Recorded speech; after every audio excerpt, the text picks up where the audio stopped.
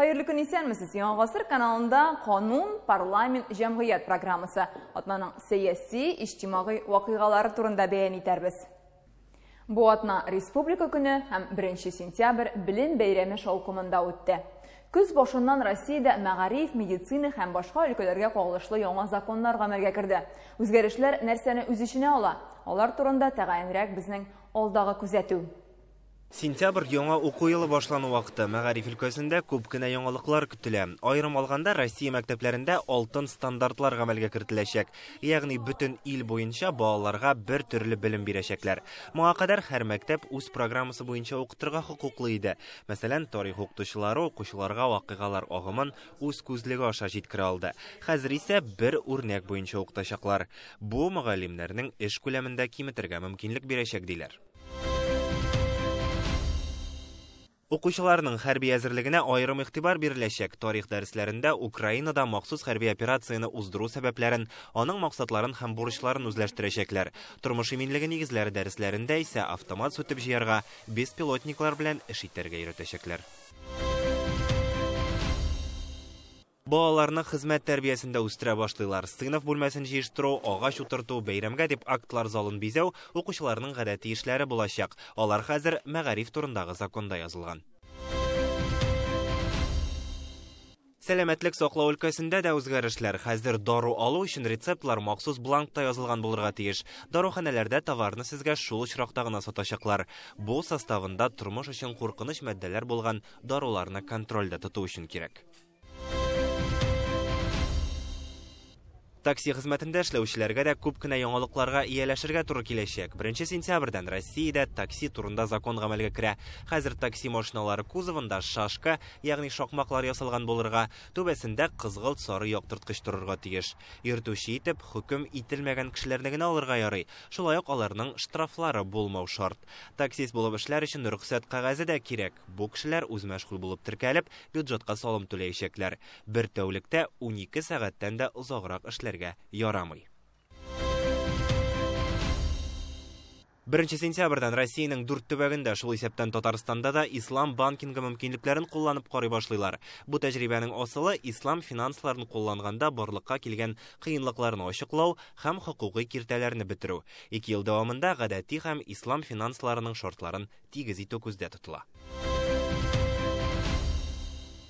Яңалыклар авыл хуҗалыгы өлкәсендә читләтеп узмый. 1 сентябрьдән Россиядә чәчүлек орлыкка кагылышлы законга үзгәреш керәчәк. Ул орлыкны чит илдән бары тик генетик паспорты булса гына сатып алырга рөхсәт бирә.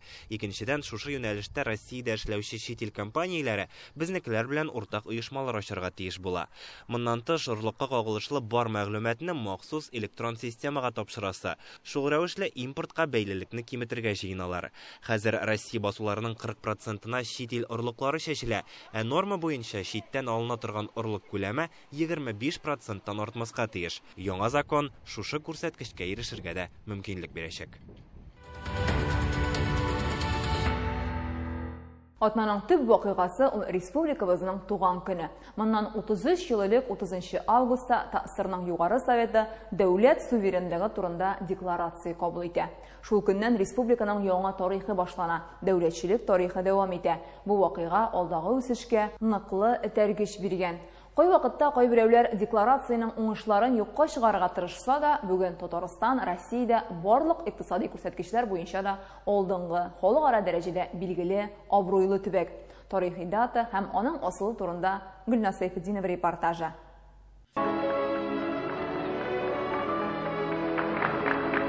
1990 елның 30 августы тарихи үзгәрешләр чоры дәүләт суверенлыгы декларациясе кабул ителә. Мы взяли на себя ту ответственность, никому которого еще не приходилось испытать в истории нашей республики. Һәр бер документ тарихта үз урынын алып тора. Бу нисбәттән декларация дистә елларга республиканың үсеш юнәлешен билгеләде ди тарихчылар. Аны хәтта импульс дип атар идем. Республика үзенең халәте турында, үзенең хәзерге көне, үзенең киләчәге турында уйланырга нигез тапты. Бу үзенә күрә шундый бер этәргеч документ дип санар идем мин. Без үзебезне күбрәк бәяли башладык, үзебезне күбрәк ихтирам итә башладык саныйм. Без Россияда үзебезнең тоткан урыныбызны барлый башладык дип әйтә аламын, чын мәгънәдә, һәм киләчәк турында тирәнрәк уйлана башладык. Декларация татар халкы өчен дә һичшиксез бик зур урын алып тора тарихта, чөнки татар халкы үзенең милли үз аңын үстерергә мөмкинлек алды. Хәзерге безнең ирешкән уңышларыбыз һичшиксез менә шушы 90-нчы еллар башында килеп чыккан документлар, инициативалар, башлангычлар нәтиҗәсе. Беренче президентыбыз ул вакытта Татарстан Дәүләт Советының рәисе Минтимер Шәрифович Шәймиев ул декларацияны кабул иткәндә һәм ул вакытта эшләгән, сайланган депутатлар безнең республикабызның киләчәге турында төптән уйлаганнар. Не каждый субъект в то время был готов принять основополагающий длительного действия закон, такой как Конституция Республики Татарстан. Это тоже о многом говорит.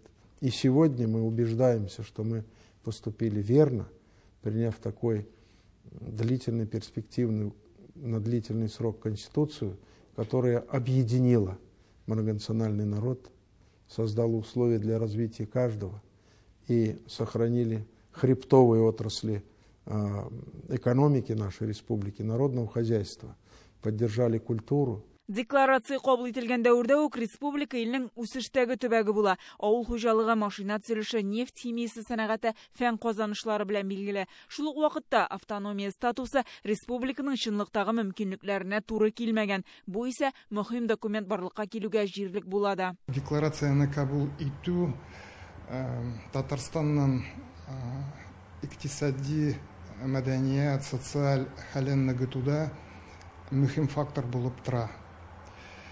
Һәм шул ук вакытта республиканың халыкара арасында дуслык һәм конфессиялар арасында дуслык, хезмәттәшлек ныгытуда зур роль уйнады. Шул чордан моңарчы күрелмәгән социаль-икътисади үзгәрешләр башлана. Яңа программалар гамәлгә куела, һәрберсе тормыш көнкүрештә үз чагылышын таба. Буларга ирешү өчен көчле икътисад нигез булып тора. Бүген Татарстан барлык икътисади күрсәткечләр буенча да Россиянең алдынгы төбәге. Дөнья күләм чаралар уздыру урынына халыкара мөнәсәбәтләрне ныгытуда күпер салучы булып тора.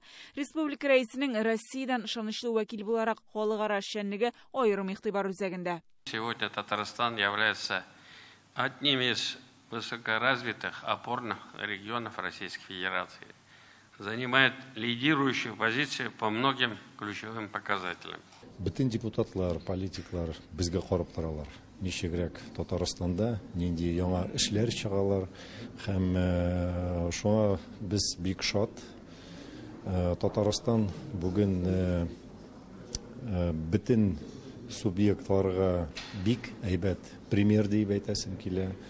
Һәм алдагы көннәрдә бик зур, бик нык планнар безнең бар. Нишин дип әйтсәгез, алдагы көннәрдә безнең киләсе елда БРИКС саммиты монда булачак. Һәр БРИКС зурайды. Ул бөтен политика Татарстанга күчәчәк. Бүген республика күп кенә илләр белән тыгыз элемтәдә һәм шушындый элемтәнең булуын безнең федераль үзәктә яклый. Рустам Нургалиевич актив чит илләрдә йөри, менә күптән түгел генә Венгриядә булуы да бу күрсәтә Татарстан белән хисаплашу, исәпләшү. Теләсән инде өлкәнең җитәкчесендә әле шундый югары дәрәҗәдә бик үк теге кабул итәргә тормыйлар, ләкин бу безнең тагын бер тапкыр безгә ихтирамда, безнең республика җитәкчесен хөрмәтләүдә һәм әлбәттә безнең республиканың потенциалын күрү һәм шушы потенциалны үзләштерүдә бергәләп уртак эшләрне кирәк икән аңлауда дип әйтәсем килә.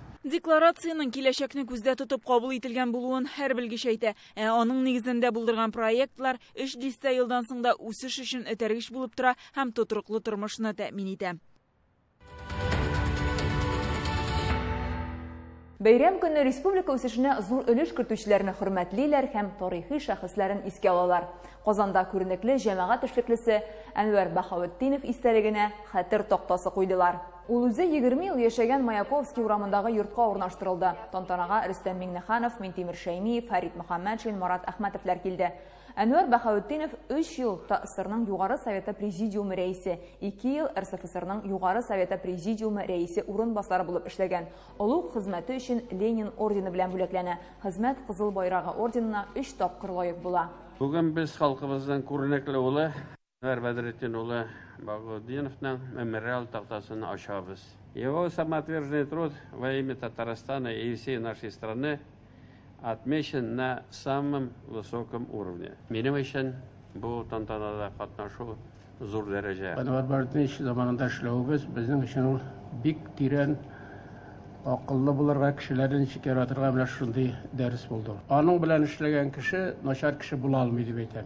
Еще требовательнее, еще больше сил он вкладывал в развитие сельского хозяйства Альметьевского района. Сугыш чоры балалары, шушы аш язмышны күргән, шушы халык белән бергә яшәгән һәм менә шушы халыкка аларның хезмәт биографиясына насыйп булган игелекле хезмәт итәргә. Халык өчен дип яшәде, бик гадел кеше булды. Шуның өчен аны барсы да яратты. Бу атнада Татарстанның дәүләт советы депутатлары республика парламентында төрле елларда эшләгән җитәкчеләрне искә алды. Пәнҗешәмбе Фәрит Мөхәммәтшин һәм бер төркем халык ышанычлылары зиратларга барды. Хәтер чарасын республика көне уңаеннан оештырганнар. Депутатлар ТАССРның Югары Советы Президиумы рәисләре, башка вазифалардагы дәүләт эшлеклеләренең каберләрен зиярат кылды. Арча зиратында Әнвәр Бахаутдинов, Халидин Мөхәммәтов, Василий Лихачев, Мөхәммәд Сабиров каберләренә чәчәк салдылар. Яңа татар зиратында Салах Низамов һәм Салих Батыев турында хатирәләрне яңарттылар. Үзебездә эшләгән депутат булган, җитәкчеләр булган кешеләрне үзенең гомерен һәм өлешен керткән менә республиканың бүгенгесенә, киләчәгенә аларны искә алабыз. Бу кешеләр Татарстаныбызның кичәгесендә эшләделәр. Бүгенгесендә аның нәтиҗәсен күрәбез һәм киләчәккә дә күп өлешен, көчен куйган кешеләр мәңге истә алар безнең. Бу атна 1 сентябрь билим бәйрәме белән дә кадерле иде. Республикада 511 мең бала өчен кыңгырау чыңлады. Балалар саны елдан-ел арта. Казанда 174 мең укучы белем ала. Яңа уку елына Казанда 1 мәктәп һәм 4 уку корпусы ачылды. Аларның сафка басылуы башкалар өчен аеруча әһәмиятле, чөнки кайбер микрорайоннарда мәктәпләр җитми, билем йортлары пландагыдан 2 тапкыр күбрәк бала кабул итәргә мәҗбүр. Салават күпре микрорайонында мәктәп ачу тантанасында дәүләт советы рәисе Фәрит Мөхәммәтшин булды. 182-нче политехник лицейның яңа бинасы 1500 балага исәпләнгән. Анда 5-дән алып 11-нче сыйныфка кадәр укучылар белем алачак. Тантаналы линейкада Фәрит Мөхәммәтшин: "Мәктәп ул җәмгыятьнең нигезе. Бүген сыйныфларга укырга керүче балалар безнең киләчәгебез һәм алар сыйфатлы белем алырга тиеш", диде. Дәүләт советы рәисе лицейга компьютер сыйныфларын җиһазлау өчен сертификат һәм волейбол уйнарга комплектлар тапшырды. 3 катлы яңа бинада махсус лабораторияләр, 2 бассейн, спорт залы, тренажер, көрәш, бию заллары бар. Ашхана 750 кешегә, актлар залы 650 урынга исәпләнгән. Бик тә канәгать. Нигә дигәндә якты, киң, бөтен игътибар белән каралган, бөтен укытучыларга да, укучыларга да мөмкинлекләр, спорт заллары да бар, бассейннар да бар. Балаларны мәктәптә тәрбияләргә, үстерергә мөмкинлекләр туды. Казаннан Ульяновскига су юлы буйлап даими йөреп булачак. Метеор рейска җомга, шимбә, ял көннәрендә чыга. Тиздән Татарстан белән Удмуртия арасында да елга транспортын җибәргә җыеналар. Су юлы буйлап йөрүчеләр санын арттыру, әлеге тармак транспортын яңарту турында журналистларга матбугат очрашуында сөйләделәр. Төбәкләр, шәһәрләр арасында йөрүче су транспортын арттыру ил президенты куйган бурыч. Республикада елга юлы рейсларын күбәйтү өчен нинди чаралар күреләчәк? Бу хакта алга таба. Узган ел Чувашия белән елга юллары тоташкан иде, быел Ульяновскига метеор китә. Маршрутны узган атнада сынап карадылар инде. 4 сәгатьтә яңа метеорда күрше республикага барып җитеп булачак. Озакламый Удмуртиягә юллар ачылырга мөмкин. Россия президенты да поручениялар берде. Безнең Рустам Нургалиевич та әйтте, күрше регионнар белән су буенча җөрергә, шушы метеорлар белән шундый задача куелды инде безгә. Bütün әйберне санап карарга кирәк, жүрүп карарга кирәк. Кешеләр жүрерме, жүрмәсме? Чөнки безнең бүген күп тимер җол аркылы да жүрүчеләр бар, автобус белән җолда да жүрүчеләр бар. Инде без теге елгадагы рейсларны бик тә халык ошатыр, жүрер дип уйлыйбыз. Аннан соң менә Ульяновскидан соң без шушы сентябрь башында Удмуртия министры белән очрашабыз. Шушы Кама буенча инде Казан, Чистополь, Алабуга, Чаллы һәм Сарапулга хәтле рейс куеп карыйбыз. Быел булырмансы, икенче елга булырмы, карап карарбыз. Елга маршрутлары субсидияләнә. Ульяновскига рейслар ясау өчен 30 миллион сум дотация кирәк булачак ди транспорт һәм юл хуҗалыгы министры. Киләсе елда бу сумманы Татарстан һәм әлеге күрше төбәк үзара бүлешәчәк. Мы субсидируем немножко для человека. Бу субсидияләр өчен тотылган акча казнага тулысынча диярлек кире кайта. Әлеге маршрутларда йөрүчеләр туристлык пакетыннан файдалана. Алар безнең республика кунакханәләрендә яши, кафе-рестораннарда туклана, сувенирлар сатып ала. Булардан бюджетка табыш керә бит. Он перекрывает размер субсидий. Татарстанга су юлы белән килүче туристлар быел 3 тапкыр арткан. Республикада әлеге тармак транспортыннан кулланучылар санын 330 меңнән ярты миллионга җиткерү бурычы тора. Парк наших судов новых. Яңа суднолар саны артачак. Республика җитәкчелеге бу эштә зур ярдәм күрсәтә. Бүген 4 яңа судны бар инде. Моңа кадәр игътибар булмаган тик торган суд транспорты да яңартылачак. Павел Миронов теплоходы ремонттан соң төбәкара рейсларга чыга. Шуның белән бергә инфраструктура булдырырга, елга тукталышларын төзекләндерергә кирәк. Казан суда суднолар җибәрү буенча зур эш башкарылды. Елгалардагы хәрәкәтне шул рәвешле җанландырып җибәргән ниятлиләр су транспорты мөмкинлекләрен арттыру бурычы ил буенча куелды. Хәзер Бөек Идел юлы дәүләт программасы эшләнә. Аның буенча причалларны яңарту, пассажирларны йөртү өчен суднолар төзү күздә тотыла. Бу нисбәттән Яшел Үзән заводы елына 8-10 метеор чыгара алачак. Биредә федераль программада катнашу теләген белдергәннәр инде. Татарстанда милли киемнәр җитештерә башларга мөмкиннәр. Бу эшне оештыру тәкъдимен Рөстәм Миңнеханов бу атнада Казан Идел буе халык мәдәнияте образлары дигән күргәзмәдә җиткерде. Экспозицияне Казан Кремлендә тәкъдим иттеләр. Татар, рус, чуаш, башкорт, мари, мордва, удмуртларның костюмнары белән Фәрит Мөхәммәтшин дә танышты. Монда 19 гасырның 2нче яртысы һәм 20нче гасыр башына караган милли киемнәрнең үрнәкләре урын ала. Костюмнарның күпчелек элементлары музей экспонатлары һәм шәхси коллекцияләр нигезендә кулдан эшләнгән. 29 костюмных комплексов. Благодаря вашей поддержке нам удалось его создать. Казан Идел буе халыкларының милли киемнәре белән беренчеләрдән булып Рөстәм Миңнеханов таныша. Күргәзмәдә көндәлек тормышта бәйрәмнәргә туйга кигән 29 төрле костюм үрнәге тәкъдим ителә. Алар 19 гасырның 2нче яртысы һәм 20нче гасыр башына карый. Татарстан рәисе экспозицияның кызыклы булуын югары дәрәҗәдә оештырылуын билгеләп үтте. Алга таба милли киемнәрне җитештерүне бурыч итеп куйды. Мондый костюмнарны сатып алырга теләүчеләр өчен мөмкинлек булдыру мөһим ди Рөстәм Миңнеханов. Самые богатые костюмы всегда были на свадьбе. Проект 2 ел элек тормышка ашырыла башлый. 2021 елда Идел буенда яшәүче рус халкының костюмнарын тәкъдим иткәннәр иде. Быелның апрелендә туган тел көнендә зыялылар татар халкының да борынгы милли киемнәрен музейлардан барлап берләштерү кирәклеге турында Рөстәм Миңнехановка җиткерделәр. Бу тәкъдим аның тарафыннан хуплана һәм әлеге күргәзмә шуның нәтиҗәсе. Күргәзмәдә татар халкының 2 төрле милли киеме тәкъдим ителә. Монысы ир-атның һәм хатын-кызның шәһәр костюмнары. Алар күп катлы затлы тукымадан тегелгән, бизәкләре дә байрак. Алда исә менә булай киенгәннәр, хатын-кыз күлмәктән, үстендә ак аяк-кыш, бизәкләре татарның борынгы тамбур җые белән чигелгән. Ир-атның костюмында игътибарны аяк чылгау җәлеп итә. Бу каләшнең шундый бүләге. Монда төп бизәкләр тормыш агачы була. Костюмнарның күпчелек элементлары музей экспонатлары һәм шәхси коллекцияләр нигезендә кулдан эшләнгән. Белгечләр Татарстан халыкларының тупланып яшәгән урыннарындагы мәдәни мирасын өйрәнгән. Бу берничә еллык хезмәт. Кием арасы бар, заманалар үзгәрә. Бу 19 гасырның 2нче яртысыннан алып 20нче гасырда булган киемнәрнең менә шушы күрсәтмәсе бик кызыксындыра. Ул чакта да халкыбыз үзенең милли киемен яратып тектергән, кигән, аралашкан һәм хөрмәт итәләр. Это нагрудное украшение называется шельгеме. Девушка его носила, потому что она была более беззащитной.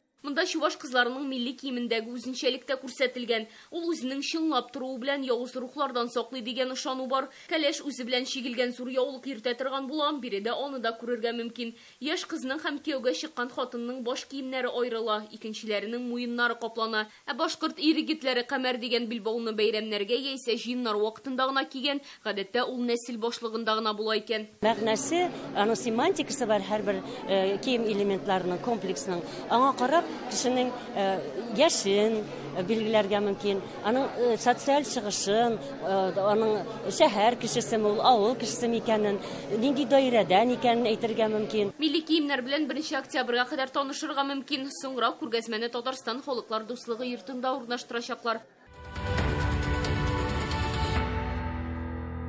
Галиәскәр Камал театры яңа сезонның 1 премьерасын тәкъдим итте. Илгиз Зәйнеев язган Ситсы туй әсәрен Айдар Җәббаров сәхнәләштергән.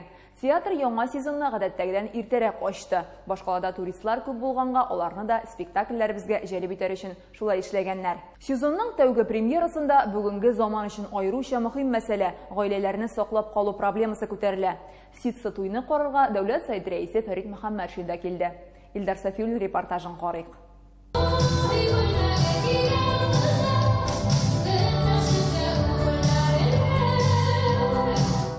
Ситсы той никахтан соң 1 ел узгач билгеләп үтелә, аңлашылмаучанлыклар нәкъ шул чорда башлана да, ир белән хатын мөнәсәбәте юка ситса кебек саксыз калсаң йыртылып китәргә мөмкин. Гаилә таркалы ул дәүләт игътибарындагы мөһим мәсьәлә ди Илгиз Зәйнеев әсәрен сәхнәләштергән режиссер Айдар Җәббаров. 50% пар тиз арада аерыла икән.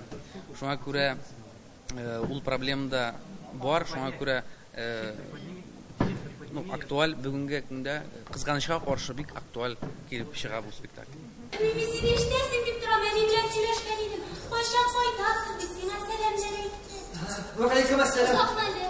Спектакльдә 4 пар тормышы тасвирлана. Кемдер җиләк кебек хатынын бар дип тәбелмичә телефонга баганып утыра. Икенче берәү дөнья куа аңа акча җитмәй. Яшь ханым сөю назга мохтаҗ.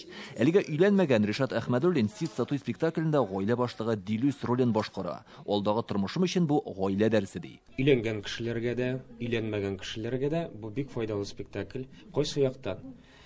Өйләнмәгән кешеләргә менә шушы тормышта булган проблемаларны, кыенлыкларны җиңеп чыгарга, инде өйләнгән кешеләргә менә шушы тәҗрибәне үтеп, теге күңел буйыкканда, инде менә мин сине ташлыйм дигәндә, ташларга кирәкмәгәнлеген күрсәтә.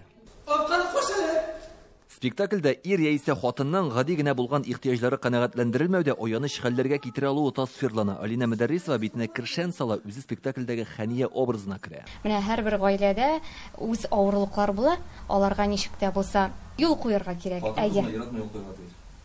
Анысы инде иратта да булырга тиеш, хатын кызда да булырга тиеш.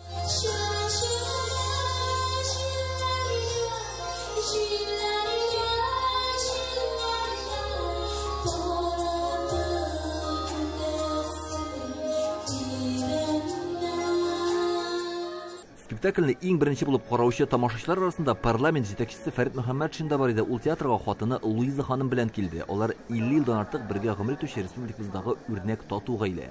Сәхнәгә күтәрелгән тема көнүзәк дип парламент рәисе. Гаилә безнең байлык бит ул. Байлык җәмгыятьнең нигезе дип әйтим. Анда җаваплы булырга бик кирәк, нигә дигәндә, сиңа ышанып, син ышанып, гаилә корып, балалар тудырып, оныклар тудырып, үстереп, тәрбия биреп, ул тормыш. Менә тормышка карашны күрсәтәләр бүгенге спектакльгә. Мин бик менә кызыгып, тыңлап, карап утырдым. Нигә дигәндә, безнең республикада гаилә өчен күп милләтле республикада андый гаиләләр безнең шактый күп. Без ул мәсьәләне күз алдында тотып эшлибез. Гаиләдәге мөнәсәбәтләрне аңлату өчен шул кадәр тырышканнар сәхнәдәге һәр җиһаз чын нәкъ фатирдагы кебек. Менә суыткыч, ашханә гарнитуры, бирдә хәтта ашарга да пешерергә мөмкин. Су да килә. Әлбәттә, тормыш булгач, савыт-саба шалдырамыйча тормый, иң мөһиме вакытында сәбәбен ачыклап, уртак тел таба белергә кирәк диләр. Монда хәтта инде менә аерылыша торган, язмышлары кыл өстендә торган гаиләләр дә әлеге спектакльне карагач, моннан дуслашып, җитәкләшеп кайтып китәчәк диләр. Бүгенгә менә шушылар, игътибарыгыз өчен зур рәхмәт, исән сау булыгыз.